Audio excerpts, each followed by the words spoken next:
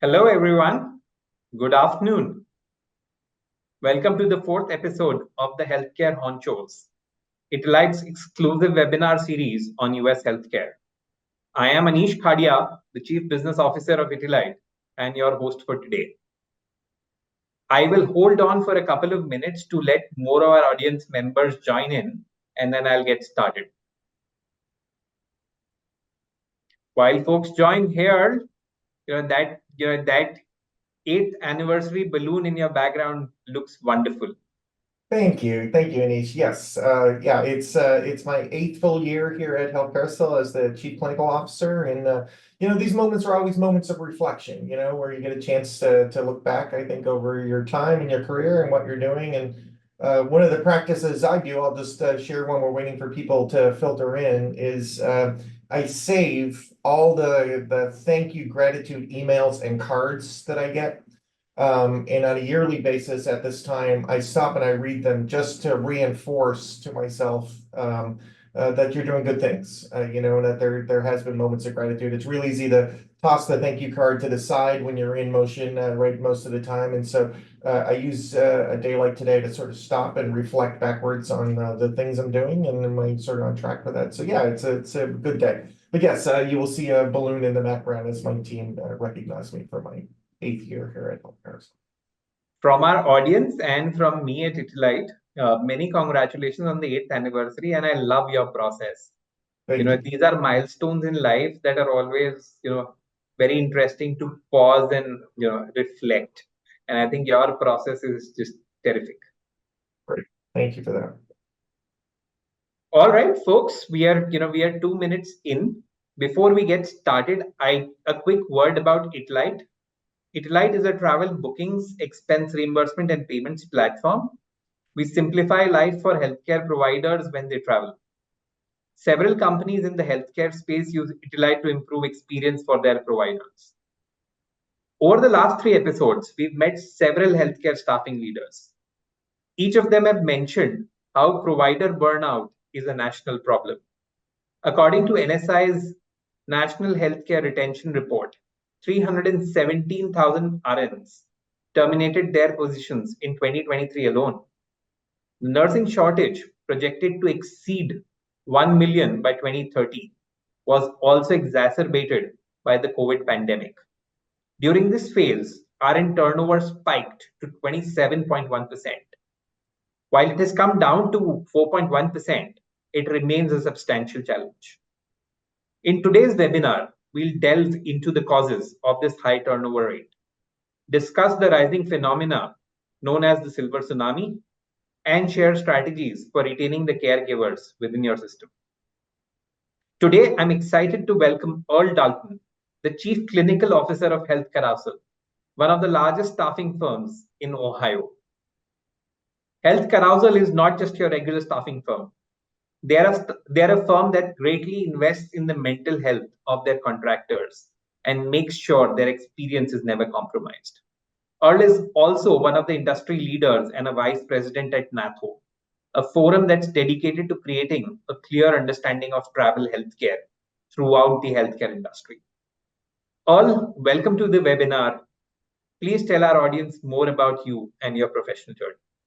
Well, thank you for that warm introduction, Anish. I appreciate that. Let me start with just a moment of gratitude here for you and the Italite team. You guys have done a wonderful job in prepping this, and as anybody knows who does this sort of work, there's a tremendous amount of work that goes into this in the background to get it on stage, so to speak, which is where we're at today. So kudos to you and your team. You guys have taken care of every detail and made this easy to be part of, and so I certainly do appreciate your time and attention to those things. A little bit more about me. Yeah, so my name is Earl. I'm a nurse by trade. I'm in my 29th year of nursing, and boy, does that go by quick. Almost 30 years in the field, and I've seen a tremendous amount of change over time. Most of my career I spent in the Duke University system over in North Carolina, largely critical care type stuff, critical care emergency rooms, cath labs, things like that.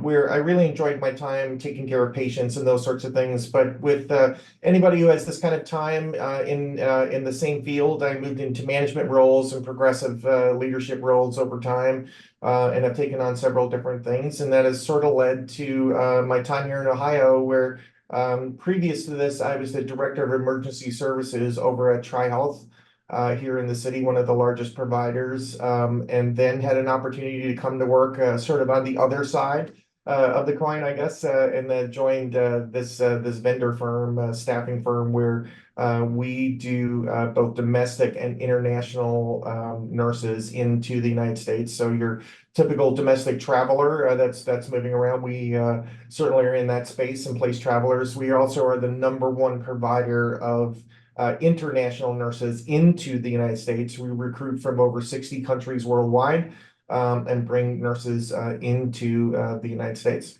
We also have a well-developed allied program, and so we're in the allied space as well. That's just terrific to know, and Earl, what a career, right? Well, To have gone from being a a healthcare provider yourself, to today helping make things easier for healthcare providers to come join our healthcare industry is just awesome. Earl, my first question to you is, you've seen this for 29 years, right? That's a long time, and a lot of changes happened during that time. What are some of the changes that have stood out to you, and how do you see healthcare practitioners reacting to these changes? Yeah, great question, Anish. So, I think there are a couple of big impactors that are affecting the healthcare landscape as we see it today, right? I think first and foremost is the retirement phenomenon, right? And so there is a tremendous amount of healthcare providers who are heading into the retirement space by math of age. We have an incredible sort of upside down triangle where there are a tremendous amount of people who are leaving healthcare and retiring just due to the math of their age.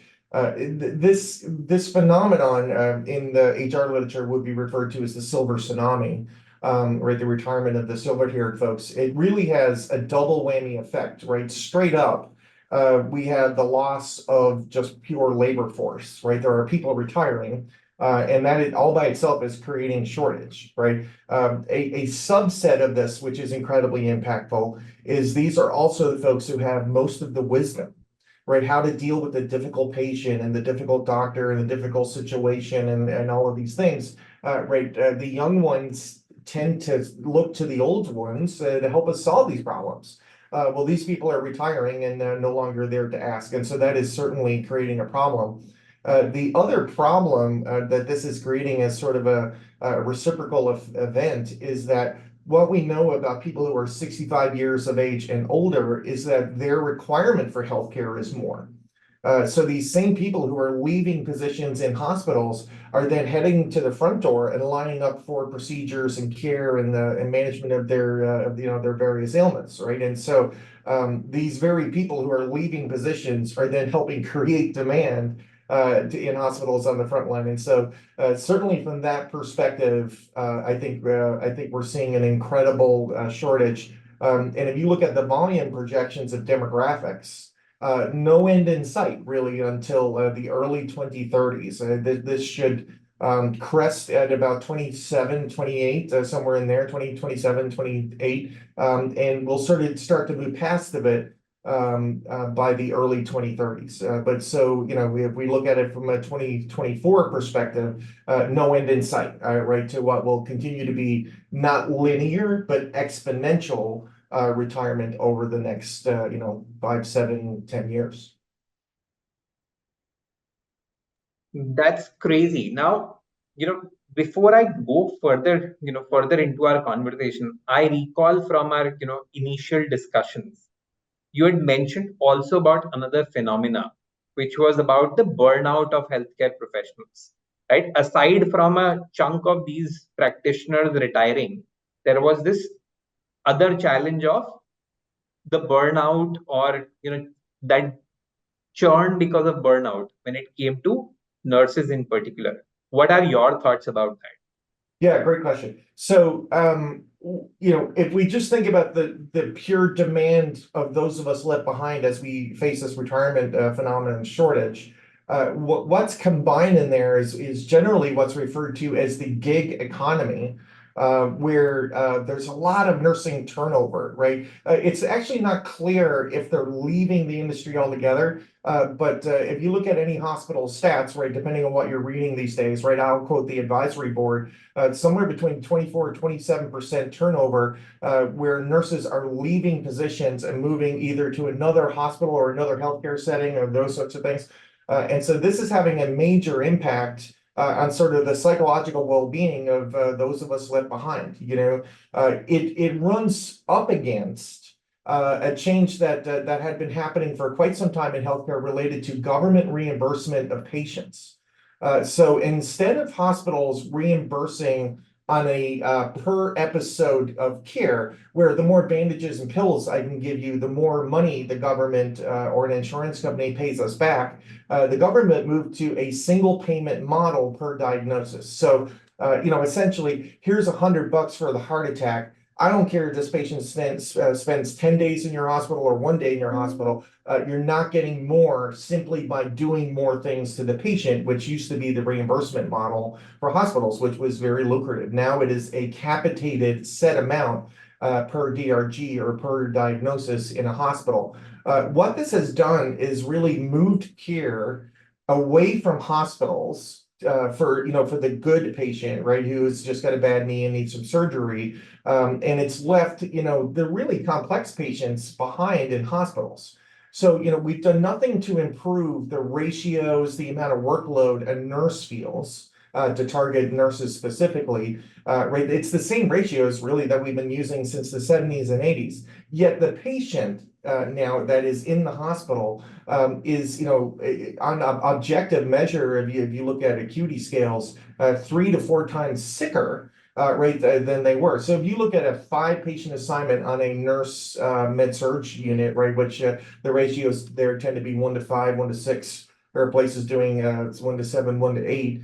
There used to be a spattering of good patients that didn't require much in the way of care, spattered in and amongst that assignment. Now for the nurse, all of those patients are polypharmacy, multiple diagnoses at the same time, loads of chronic conditions, right, requiring lots of care, right? And so the workload and the demand on nursing has gone up. As we referred to with the silver tsunami, the wisdom is leaving, and the pure ability to have enough help is leaving, right? So these nurses are doing more overtime, they're working shorter more often, and the patients demand more than they ever have, if you think about it that way. And so it has led to, right, I referenced this a minute ago, this gig economy feel where nurses are doing gigs. They're popping in and out of hospitals and moving around and trying to find a place they can sort of tolerate and do some work with, but they're not hunkering down for those 10-year stints. And nursing used to be, right? I can say this as somebody who's been in the game for a long time, very loyal to a specialty of nursing and a hospital brand. And so pick your hospital, right? A nurse used to stay there 10, 15, 20 years, be part of that organization. Right now, right, the data would show they're less than 3 years, a lot of them, and are moving around place to place, right, which just creates a lot of chaos, a lot of churn, and leaves positions open. Right, on objective measure, it's taking 90 to 120 days to fill an RN position. And so that means when an RN leaves your unit, you're looking at, a whole quarter, right, 90 days to possibly more before that position gets refilled. And then the team's just left to keep the work going, right, because the patients need it. Wow, that's a lot to unfold and understand. And it amazes me how multiple factors, right, coming from different stakeholders in the system, intertwine to create a very tough situation. One of the things, and one of the things that popped up in my head was also this burnout. The burnout rate seemed to have shifted from before COVID to after COVID, right? You've been on the front lines How did you see that change happen in the pre-pandemic to post-pandemic world? Yeah, right. Who saw that coming, right? I mean, what a hit for healthcare. I can tell you as a practitioner, it is not common to see such incredibly powerful external opinions about how we should take care of disease. Nurses and doctors in hospitals, right, have been caring for infectious disease for an incredibly long time. Right, lots of nurses, right, and this is a direct quote from nurses, right? I go take care of incredibly infectious diseases, and then I sit around the corner and eat my sandwich on my lunch break, and I get back to work, right? And somehow, with the addition of COVID, not only do we have to handle how do we take care of this in a safe manner and do the best for our patients, but we had to handle what was an incredible political opinion and then public opinion on top of it, where everybody then sort of weighed in, and it became incredibly distressful for nurses. To the point where lots of nurses didn't know what to do. I think in those days we saw, certainly through the CDC, weekly practice change guidance on a weekly basis, right? And so that's hard to keep up with, right? I mean, when I used to institute a change as a director in a hospital, right, that's a 3 to 4 month endeavor, right, to train everybody and get everybody solidified on a new way of doing things. Right, we were running around in the height of COVID, asking nurses and doctors to change practice on a weekly basis, right? So this created incredible stress on an environment that was already experiencing the silver tsunami, right? So we're losing, right, and this is not equally distributed across the country, right? So some places we're losing more of their wisdom, more of the folks who are on that end of the spectrum than others, right? And so it led to this time in nursing where there was incredible emotional attachment to opinions, incredible movement in the practice guidelines. And for what was already a very stressed nursing system across the country, it led to lots of nurses just saying, "Look, I've got to get out." So, I say that to say, on top of a retirement phenomenon playing out and creating shortage in nursing, we then saw this layering in of people who just couldn't deal with. Or chose not to deal with this level of stress around, I don't know how to care for these patients safely. Right, everyone seems to be yelling at me and about it, and it's not clear to me how to do this, so I'm just going to sit out. And so that further exacerbated what was an already tense situation around a labor force that was shrinking, right? And again, right, it happened to be, and it continues to be, that those with the most wisdom that should have helped us through it were the ones who said, "Look, I'm just going to retire early. I won't be here to help you navigate through this," right? And so those were huge impactors, right? And again, for your listening audience, right, none of this is done evenly distributed, right? There are areas that really didn't have this story. There are other areas who are like, "Amen, I lived this out every single day. It was pretty intense," right? And so it's a mal-distributed problem, right? Some areas, just based on geographics and age population, are deeply feeling the silver tsunami and the retirement of people. There are other places, just based on geographics and movement of people, that it's not as intense there, right? And so, I tell people all the time, you could line 10 CNOs up, and some are deeply feeling this sort of burn, and some are like, "Yeah, it wasn't that bad," right? And that, so anyway, I just say that to say, Dr. Peter Beerhouse has done a lot of work on this. Somebody wants to go look him up. He's written on this in several times, and is a brilliant writer about such things. But yeah, it's not an evenly distributed problem. Absolutely. And I recall from one of our earlier webinars, this problem, is much more acute when it comes to rural and remote hospital systems, right, or health systems, because they already have a challenge attracting the healthcare talent as it is, right? Yeah. And then the double whammy of the silver tsunami and the practitioner burnout has made things super tough for them. Yeah, I would Now, agree with that fully, right? We see in outside of major metropolitan areas that are very attractive, right? So that if you think of any big city in any big state, right, those are attractive places to live, and are not feeling these shortages and these things in the same way that the more rural regions are, where it's tough skating to try to get by these days. now, at the beginning of of our webinar, you had mentioned that the silver tsunami problem at least will likely crest in around 2027 or so. And you're saying also that the nurse shortage will probably come down by the early 30s, but that's 8 years away. Right. In your mind, how does one overcome this, right? For the caregivers and practitioners that continue to be in the system, right? Sure. What's the best way to retain them? Yeah, great question, Anish. And so I think the question is really how do we survive through till we get to the other side? There's some interesting articles actually written to jump ahead, and this doesn't directly answer the question. I'll come back to it. What will we do with all the beds and buildings after, by math of age, the baby boomers pass on? Right, which will go up through the mid 2030s, right? We'll have more equipment and more space, right? Right now, lots of places are surviving by adding capacity, by building floors on their hospital, etc. At the end of this, right, as the population continues to shrink, right, if we look at the Gen Zers and the millennials below us, there's a lot less of them. So actually, all of this swings the other way. In fact, as you go through the mid 2030s. Right, there'll be an abundance of nurses and CT scanners and all these things because we're adding so much now to handle the population boom, but it won't be needed on the other end of this if you sort of look at the population. But what do we do to survive between now and then, right? So it turns out there is not one magic bullet. Right, I think there are a couple of strategies that I see hospitals as I move around the country and talk to folks that are successful. First off, you've got to understand who your clientele is for perm and part-time positions within your hospital, right? So it's important. I think, right, everybody talks about sort of getting on the bus and doing, what you're supposed to do, right? I think you have to have a bus that people want to get on.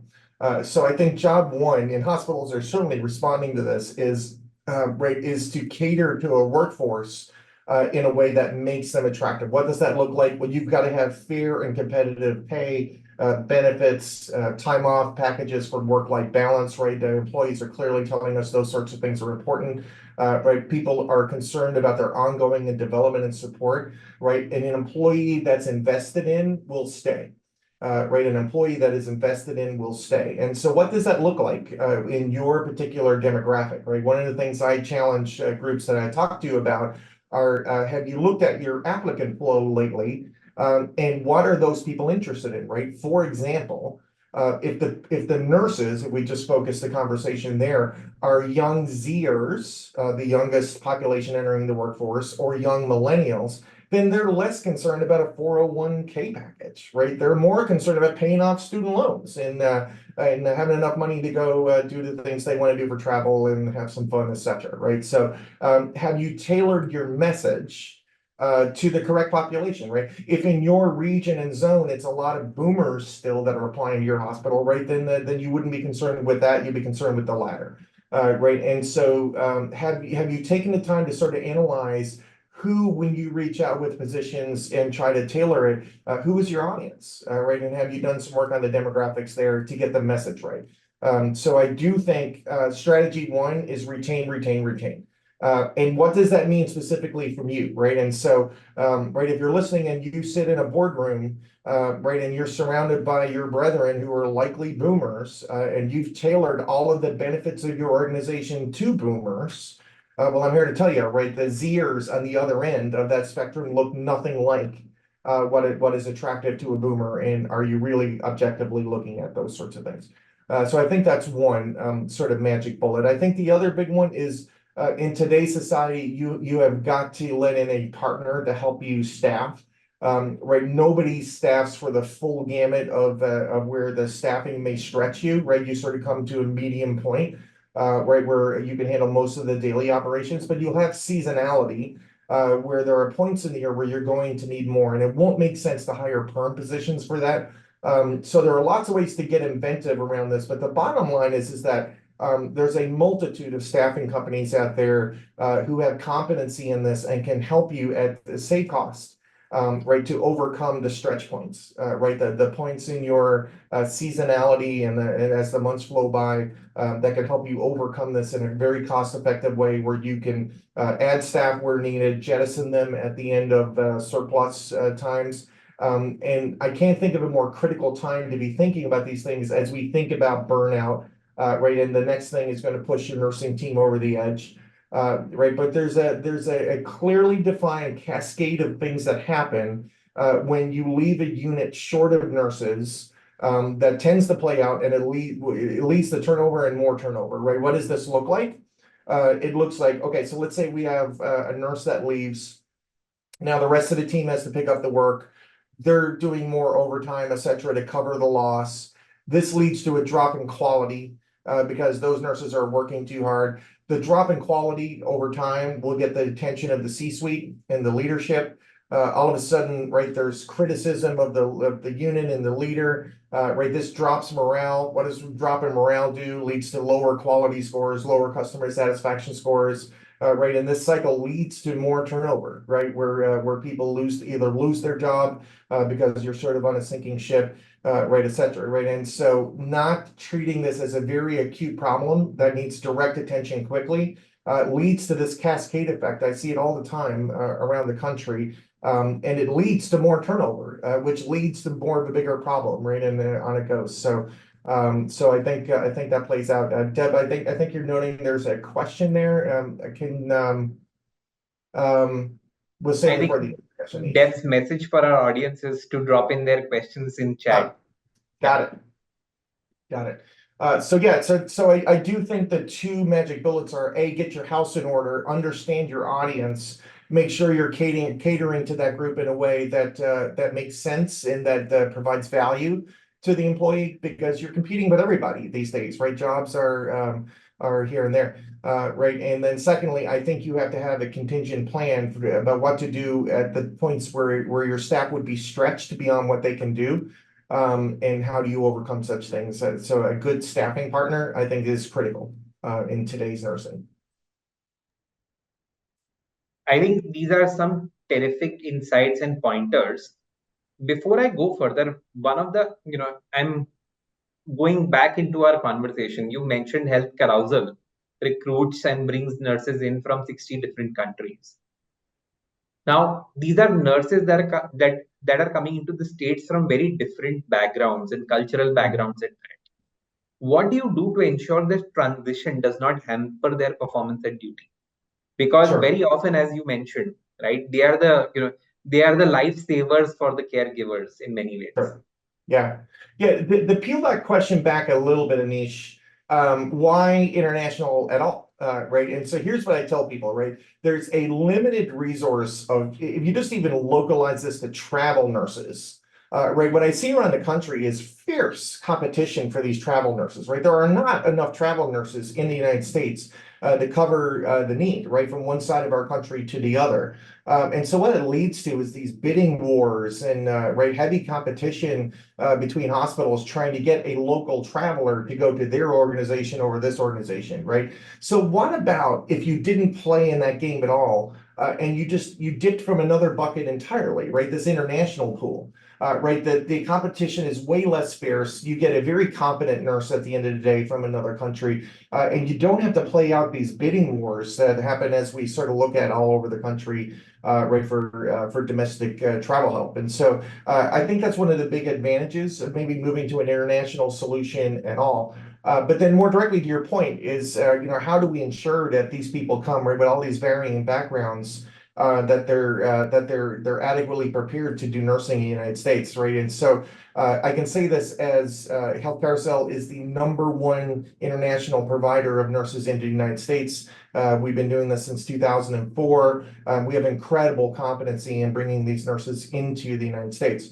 I think this starts with a vetting process. So just like any hire into your organization, you don't just bring them on. So step one is a clean interview process where you understand the individuals who are applying, their basic ability to do the work that you're asking to do, that they line up to your culture and the values and all of those sorts of things. I think that's critical no matter what you're doing, right? I don't care if it's a hot dog stand or hospitals, right? I think you have to have a good interview process. right, that hits the mark so that you get good talent up front.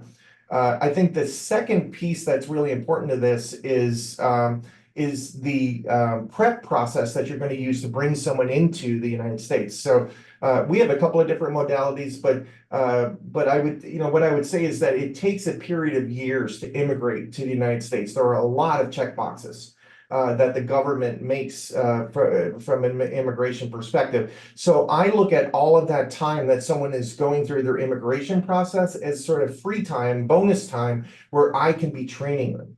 At Healthcare Carousel, we have partnered with an LMS service, an online learning management system called HealthStream. It's widely used around the country. It is the premier place where you can get online training. And we have developed a 6-month curriculum that we have the nurse start 6 months, 5 months, all the way down to their deployment date, where they are prepping about U.S. readiness.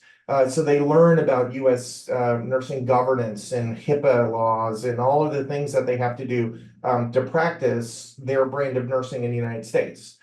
So we have this built out by specialty. So there's an ICU version and a med-surg version, etc.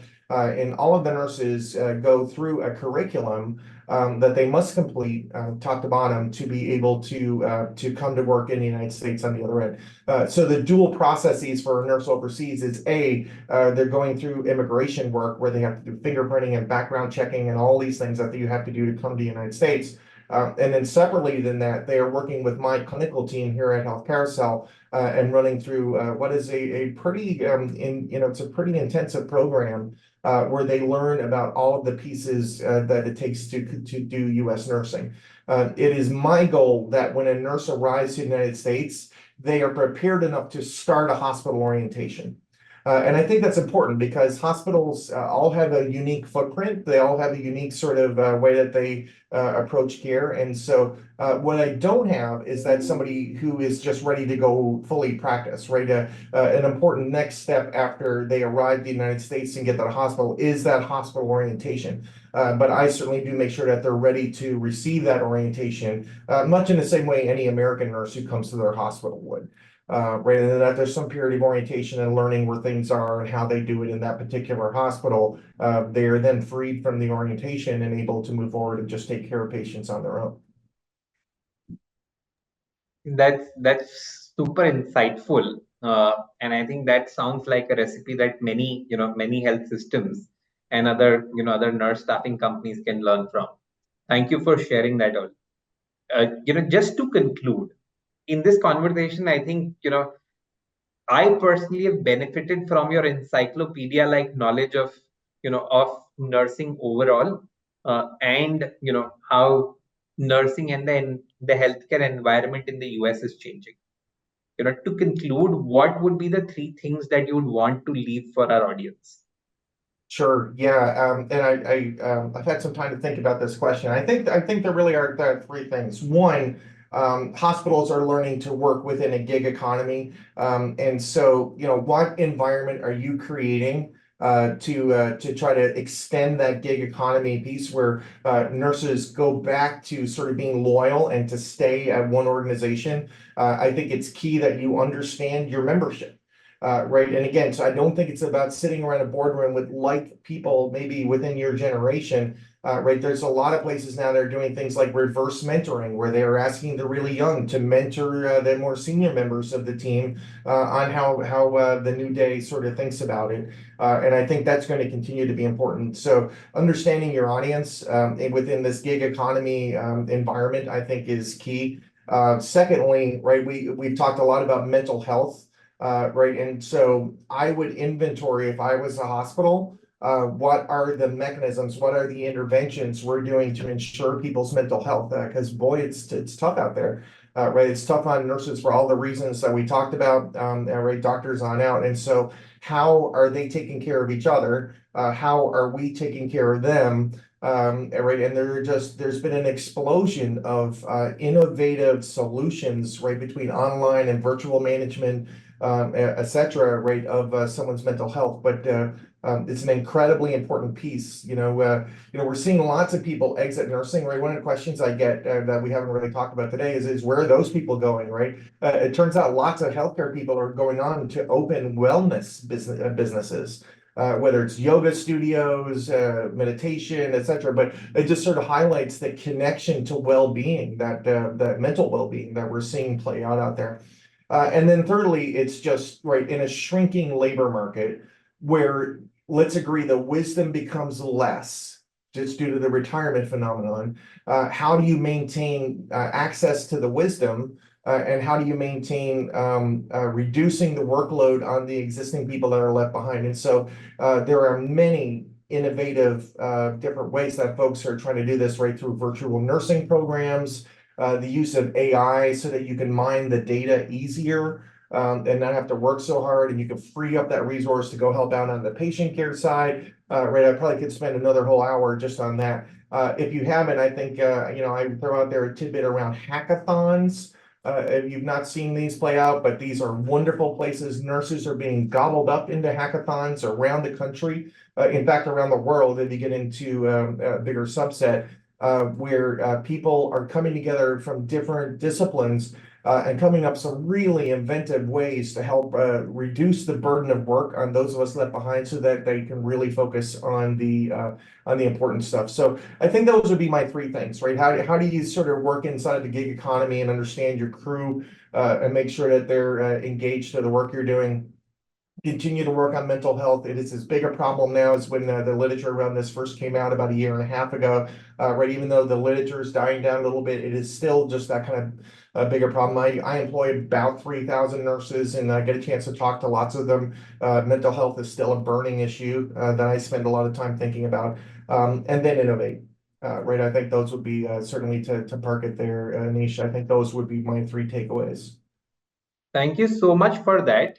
Before I conclude the webinar, I'll take, there is an interesting question for you all from our audience. This one goes as, how does a budding travel nurse adapt to the changing nature of travel nursing?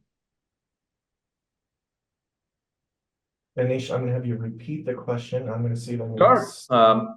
So the question is, how can someone who's looking to be a travel nurse adapt to this changing nature of nursing and travel nursing overall? Oh, yeah, great question. Yeah, that's a very insightful question. And so I think, the short answer, and I'm keying in on the word travel nurse in there. So right, whether it's my company or any other company, right, I would tell a young travel nurse to work with a company that has a clinical presence in there.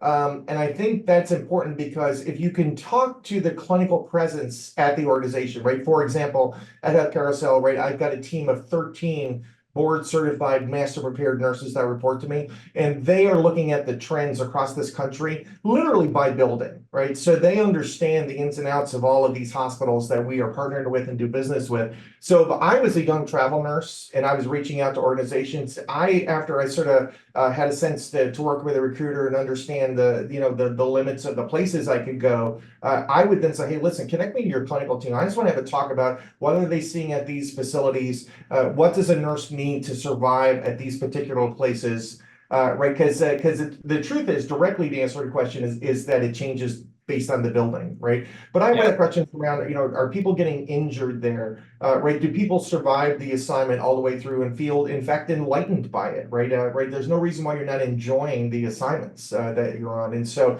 I don't know that there's one hard and fast answer, but I do know if you're going to partner with a travel company, you should do one that has some clinical competency, and you should directly ask to speak to those people because those nurses are tracking and trending. I call it nightingaling. Right, the solutions, right, like Florence Nightingale did, so that they would have data and be able to help a nurse go, look, I don't want a fast sprint, I want a slow marathon. Which places line up, for somebody who has that sort of feel, right? And they can help you navigate those things at the ready. And so, yeah, that would be my advice for sure. Got it. Thank you. The other question, for you was around retaining healthcare professionals who are in high demand. So maybe let me try to answer this since you already summarized this. I think tip number one is understand who your crew is, right? What's their profile like? And then if you're a health system, then your communication needs to be tailored to who they are, right? If you are getting a lot of applications from Gen Zs, right, then you want to create an environment in which they can thrive. Second part, and Earl has stressed about it in multiple points in our conversation today, is about mental health. Stress on nurses overall is very high already and will continue to remain so over at least the next 3 to 4 years. And therefore, letting nurses blow off steam, creating systems, hackathons that can help nurses de-stress will be important. I think those are the top two that I could remember. Earl, maybe you want to reiterate the third one again. Yeah, right. And Ricky, to answer your question directly, I love your question there, right? There's a couple of ways to really approach this question in a meaningful way, right? You within the regions of the country you're willing to go to, right? If you're a travel nurse or if you're just someone who's local in a region and wants to stay close to where you're at today, you could phone up these hospitals and run around and interview and get the strategies they're using, and you could probably put together some simple spreadsheet and figure out which ones are most advantageous for you, right? So that's a tremendous amount of legwork, right? If you think about it, headhunter companies like staffing companies do this, right? We already, right, as part of our daily work in and out of these hospitals, have these sorts of lists together. So I think a reasonable strategy is, right, if you wanted to try out X hospital in California or X hospital in North Carolina, right, pick your spot there, Ricky. I think, right, what you get to do with a travel company is narrow the search down to a list of criteria that are important to you. And then guess what? You could go try it at a travel contract length. You've committed to nothing, right? The travel company gets you to and from, right, and at relatively low risk, right? There would be some expenditure of your time and you'd have to go to work there. But you could get a chance to peek inside of organizations that interested you based on criteria that you thought was important to you.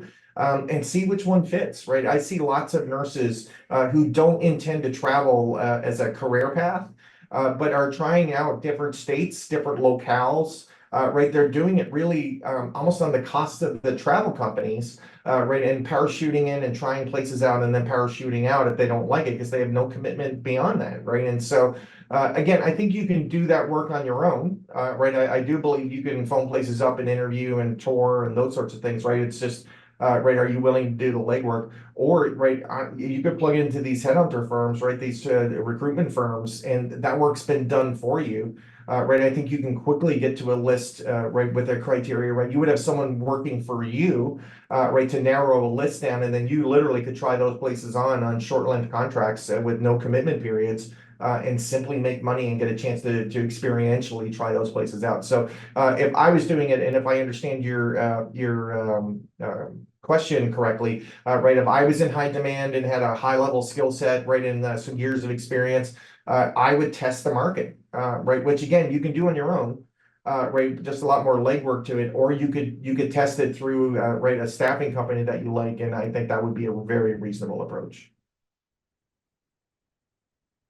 Earl, I know we are significantly over time, but thank you so much for sharing these deep insights with us.